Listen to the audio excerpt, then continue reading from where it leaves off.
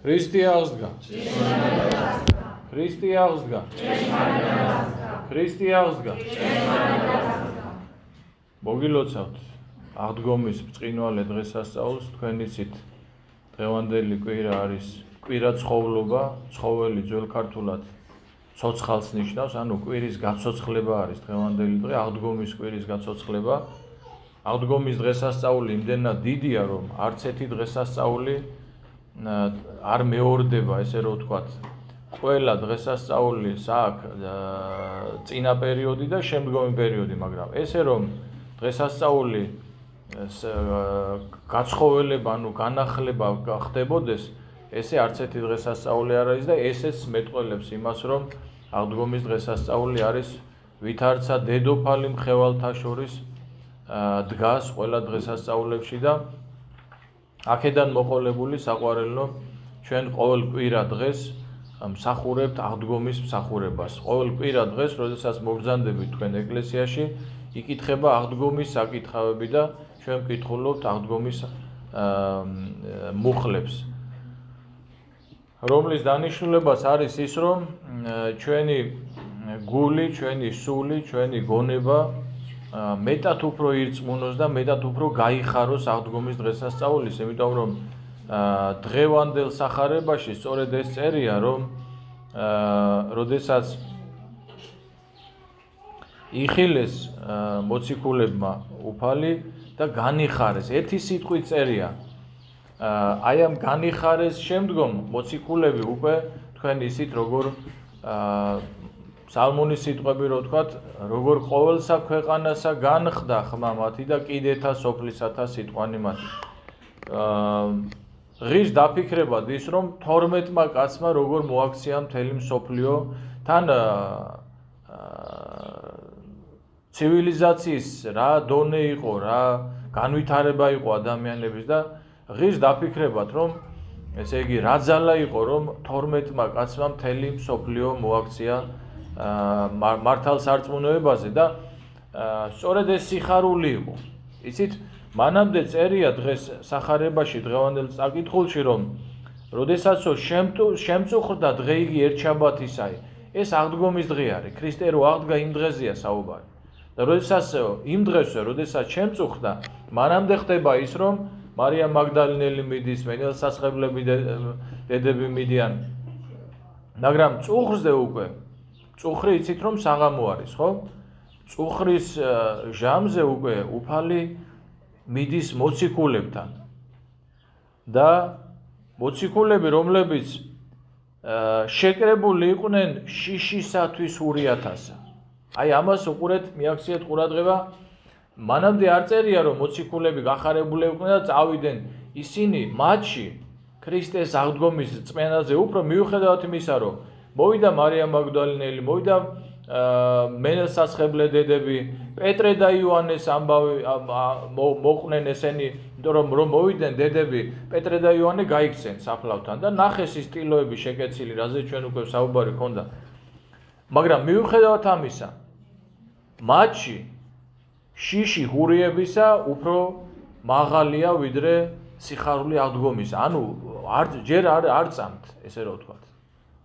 და უფალმა ხო იცის ესა, რა თქმა უნდა, ხო? აი, უფალი შედის დახშულ კარში შედის, იმიტომ რომ დოგმატურად ეხა ის ხორცი, რომელიც მას ემოსა მანამდე, რომელიც შეიმოსა, აბსოლუტურად ეზიარა, აბსოლუტურად კაცება მიიღო მან. ოღონდ აღდგომის შემდგომ ის ხორცი აღარ არის უკვე. ხსნადი ხორცი აღარ არის განსულიერებული, აი ესე როგორც იქნება ჩვენი ხორცი აღდგომის შემდგომ, ესეთი იყო უფლის ხორცი და შევიდა იგი დახშულ კარში და რას ეუბნება? მოციქულებს, რომლებიც შიშისათვის ურიათასა შეპყრობილი იყვნენ, მშვიდობა თქვენთანა.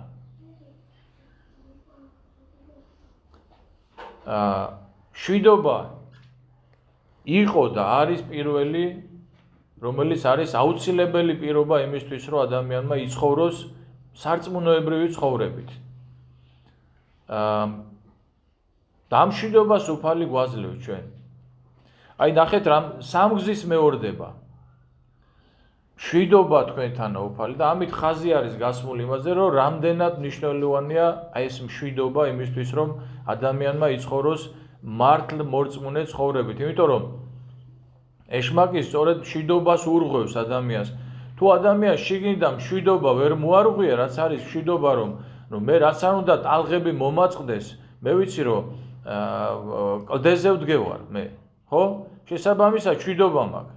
ტალღები თუ მომაწყდება, მე ვიცი რომ ეს ტალღები უფლისგან არის და მე ვიცი რომ უფალი იმაზე დიდს არ მოუშვებ ჩემთან, ხო? რომელიც იობს ეუბნება, რომ შენ იციო აი ზღვის ტალღებიო რომ მოდიანო იქ სადაც ჩერდებიანო, რომ ჩემი ბრძანებით არისო, იმიტომ რომ მე უთხარიო აქამომდე მოხვიდოდე და აქვე შეიმოსრო შენი ტალღებიო. და მე ვიცი რომ თუ ტალღები მომაწყდება, უფლისგან არის, ამიტომ მე მაქვს მშვიდობა. მივხვდით? აი ამ მშვიდობას აძლევს მოციქულებს და მათ ეუბნება აძლევს იმას პირველ რიგში რაც სჭირდება. და აღდგომის შემდგომ უფალი თქვენ რა გონიათ? უფალი განაგრძობს მათ აღზრდას. განაგრძობს მათ აღზრდას, მაგრამ სულიწმინდის ნიჭებიდან უკვე გარკვეულ წილს აძლევს მათ. რა ნიჭები არის ესა? საოცარია, აი მე არ ვიცი, აი რამდენი ხანი უნდა მიუთხოვრო უფლის სიყვარული, თუ როგორ უყვარვარ ჩვენ ადამიანებს, ვერ ამოწურავ ამას. იმიტომ რომ ყოველ კვირას, ყოველ წირვას, ყოველი სახარების საკითხვაზე აი ეს წითელი ხაზი გასდევს. აი როგორ უყვარვართ უფალს, რომ აღდგომის შემდგომ წარმოიდგინეთ, რომ ამ სახარებაზე ჩვენ ადრეს გავამახვილეთ ყურადღება, მაშინ თომას კვირა არ იყო, რომ ესე იგი აღდგომის შემდგომ, მას შემდეგ რაც მოციქულებმა ყველა მიატოვეს უფალი. მერე ჯვარზე გააკრეს, მერე ჯვარცმულსაც დასწინოდნენ აღდგომის შემდგომ პირველი მადლი, ქარიზმა, სულიწმინდის ნიჭი, რაც მისცა მოციქულებს, ეს იყო შეკვრისა და განხსნის ხელმწიფება. მიიღეთ სულიწმინდაო და ვისაც თქვენ შეკრავთ ქვეყანასაზე და კრულიყოს საათაშინა და ვისაც თქვენ განხსნით ქვეყანასაზე და ხსნილიყოს საათაშინა. ესე იგი აღდგომის შემდგომ მან ფაქტიურად გზა გაუხსნა მის ჯვარცმელებს, რომ მოსულიყვნენ ისინი და შეენანებია და მე გითხარით კიდე თქვენ რომ ძალიან ბევრი მოვიდა და ძალიან ბევრმა შეინანა. და აი ამ დროს არ იყო თომა მოციქული.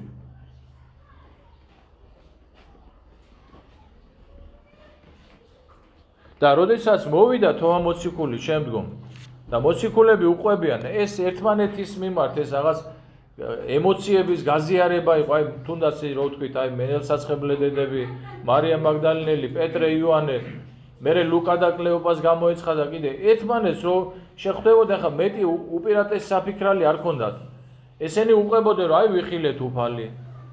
ხო და მერე ესენი მოკლედ მაინც უჭირდათ რწმუნება ამის. და თომა მოციქულის რომ მოვიდა და უყვებიან, ეხა უკვე ყველა უყვება ოღონდ. ერთი და ორი კი არა, ყველა უყვება, რომ თომა აი იყო უფალი ჩვენთან და ჩვენ ვიხილეთ. და თომა მოციქულის ნახეთ რა ხასიათი აქვს, როგორი ესე იგი რაღაცა მოწინააღმდეგე, რაღაცა შეუპოვარი, რაღაცა რომ სანამ ჩემი თვალით არ ვიხილავ და აი სიტყვები მინდა რომ წაგიკითხოთ, რომ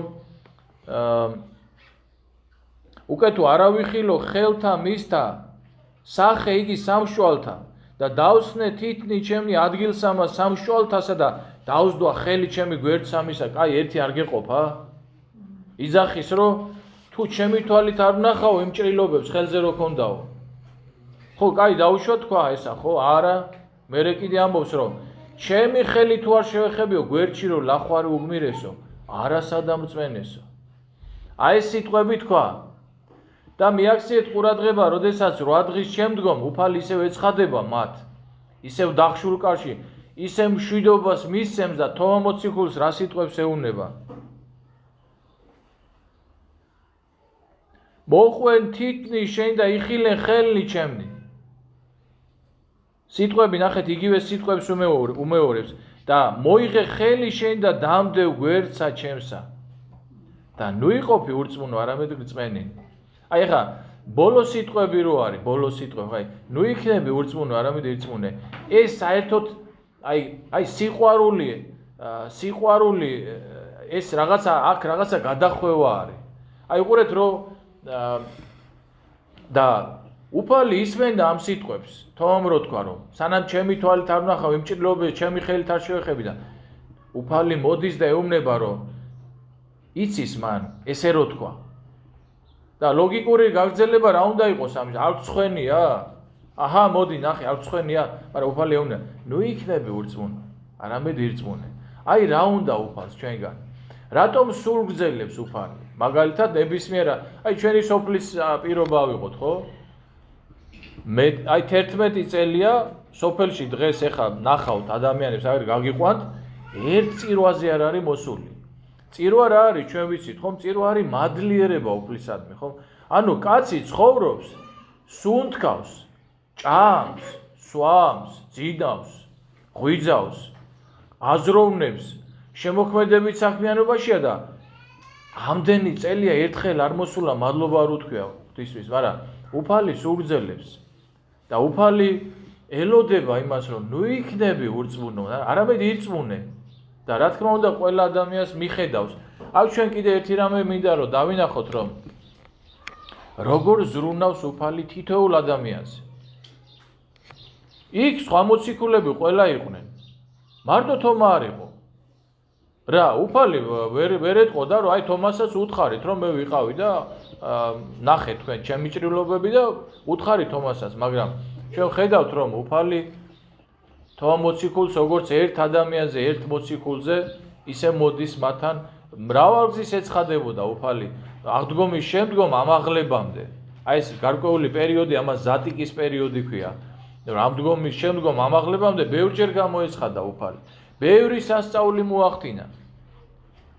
მაგრამ წერია აქ სახარებაში, რომ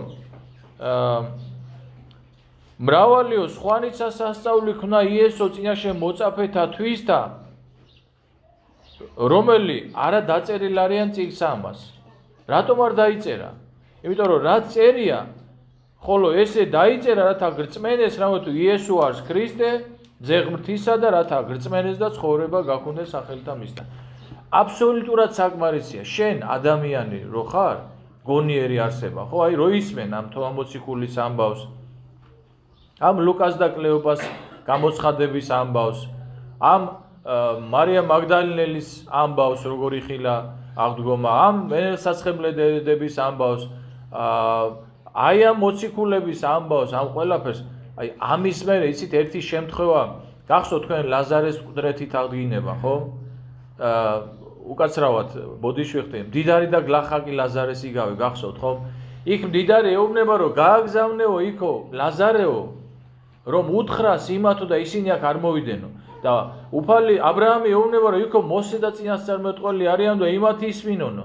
და ეს ეუბნება, რომ მოსეს და წინასწარმეტყველს კი არა, მკვდრეთი თუ აღდგება ვინმე, იმას მოусმენენო და აბრაამი ეუბნება, რომ თუ მოსე და წინასწარმეტყველის არ ისმინესო, მკვდრეთითაც რომ აღდგეს ვინმე და მივიდეს და უთხრასო, მაინც არ ირწმუნებენო.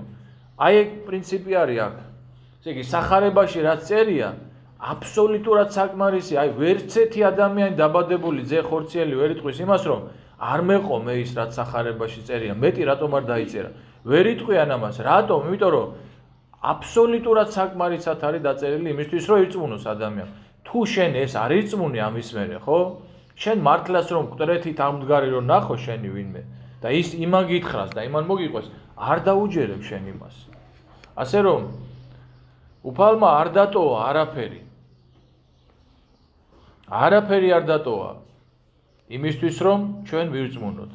და თუ ჩვენ არ ვირწმუნებთ, უკვე ჩვენზე უკვე შემდეგი სიტყვები აღსრულდება. უფალი ასე მოძღვრავს მოციქულებს, როცა აგზავნის, წარვედი და მოიმოწაფენით ყოველი წარმართი და ნათელსემდით მათ სახელითა მამისათა და ძისათა და სულისაწმინდისათა, ასწავლებდით მათ ყოველი, რაოდენი გამსცდნენ თქვენ და რაოდენთა ნათელიღონ სხონდნენ და რაოდენთა არა ირწმუნონ დაისაჯონ. აი ეს სიტყვები, როგორც ორლესული მახვილი, ისი აღსრულდება ჩვენზე და უფალმა შეგვიწყალოს ჩვენ და უფალმა გვიხსნა ჩვენ აი ამ სასჯელიდან. ჯობია ამ ქვეყანაზე დაისაჯო ყველა სასჯელი, თუ კი რამე სასჯელი არსებობს, ვიდრე იქ დაისაჯო, იმიტომ რომ ის არის დაუსრულებელი, მარადიული ტანჯვა. როდესაც ადამიანი ისჯება და იტანჯება, მას იმედი აქვს დასრულების, აი ამ ტანჯვის და აი ამ სასჯელის, მაგრამ იქ არ იქნება. და წარმოიდგინეთ ახლა ფსიქოლოგია, რომ იცი რომ ეს აღარ დასრულდება. დრეთით აღდგომილი ქრისტე გვიცავდეს ხილული უხილავი მტრებისაგან, მოგცეს მადლი უფალმა, რომელმაც თავის მოციქულებს ამხელა მადლი მისცა. წარმოიდგინეთ, უბრალოდ ტვერ ადამიანს ნაცარს მოსცა ხელმწიფება, რომ თქვენ ვისაც აპატიებთ ამ ქვეყანაზე, ნაპატიები იქნება და საოცარი, აი ჩვენ სიკვდილის მერე ვნახავთ. შევხედავთ, რომ რაც კი ცოდვა აღსარებაში გვითქვია, ხო, იქ არაფერი აღარ არის. ეშმაკსა წვდომა აღარ აქვს, მეხსიერება აღარ აქვს და რაც კი არ გვითქვია, რაზეც შენდობა არ მიგვიღია ღვთლისგან, ის ცოდვები ჩვენ წინ დახვდება და მას ჟამსაშინა შეგვიწყალე ჩვენ უფალო შენი მადლი და წყალობით. ამინ. ქრისტე აღსდგა. ქრისტე აღსდგა. ქრისტე აღსდგა.